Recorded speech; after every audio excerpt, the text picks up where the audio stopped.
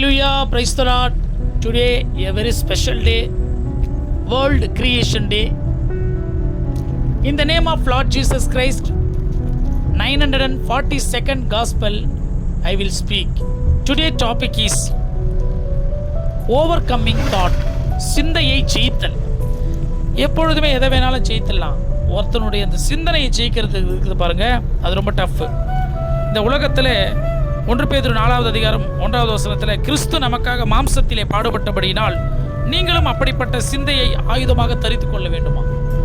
இயேசு கிறிஸ்து அவர் ஒரு கடவுள். இந்த உலகத்துடைய சாத்தானும் கண்ணுக்கு தெரியாது, கடவுளும் கண்ணுக்கு தெரியல. இது எல்லாம் ஒரு ஆவிக்குரிய யுத்தமாக நடந்திருக்கலாம், ஸ்பிரிச்சுவலான ஒரு யுத்தமாக நடந்திருக்கலாம். ஆனால் இயேசு கிறிஸ்து ஏன் உடலோடு இந்த பூமியில் பிறந்தார்?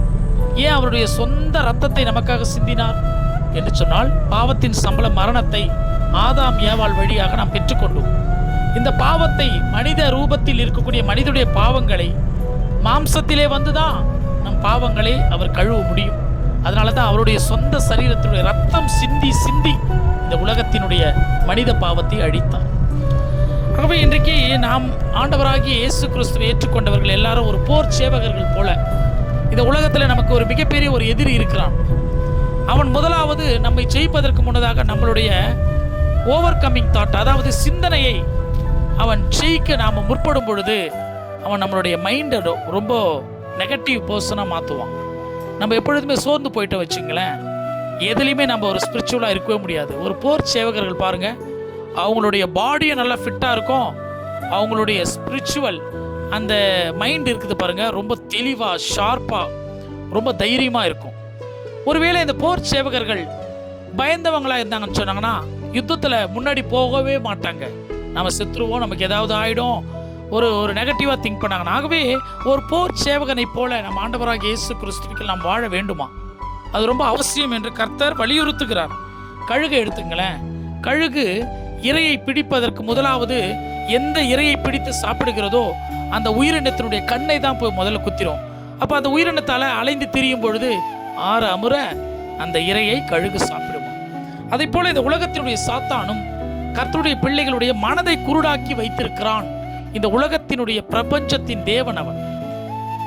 இந்த அந்நிய ஜனங்களுக்கும் அவிசுவாசிகளுடைய இருதயங்களையும் அவன் கர்த்தரை அறிந்து கொள்ள முடியாதபடி இந்த உலகத்தினுடைய ஆச பாசங்களையும் இச்சைகளையும் உலகத்தினுடைய ஐஸ்வர்யத்தின் மயக்கங்களையும் கொடுத்து இந்த உலகத்தின் மனதை கர்த்தருடைய பிள்ளைகள் கர்த்தருடைய சத்தியங்களை அறிந்து கொள்ள முடியாதபடி குருடாக்கி வைத்திருக்கிறான்.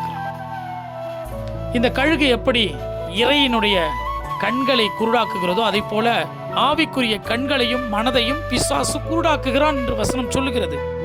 அதனால்தான் நம்ம தாவீது மிகப்பெரிய வீரனாகிய கோலியாத்தை யுத்தத்தில் ஜெயிக்கப்படும் பொழுது அவனுடைய நெற்றியை குறிவைத்தார். பிறகு அவனை கீழே தள்ளி அவனுடைய தலையை துண்டித்து அந்த சாத்தான் ஆகிய அந்த கோலியாத்தை ஜெயித்தார். ஆண்டவருடைய பிள்ளைகளுக்கு கர்த்தர் சொல்லுகிற வசனம் என்ன தெரியுமா? எபேசியர் 6:17, தேவன் தம்முடைய பிள்ளைகளுக்கு ரட்சிப்பு என்னும் தலைச்சிராவை கொடுத்திருக்கிறார், அதை தரித்து கொள்ளும்படியாய் கிருபையும் செய்கிறார். அதனால இந்த பிசாசு கர்த்தருடைய பிள்ளைகளுக்கு ரொம்ப நெகட்டிவ் தாட்டை தான் கொடுப்பான்.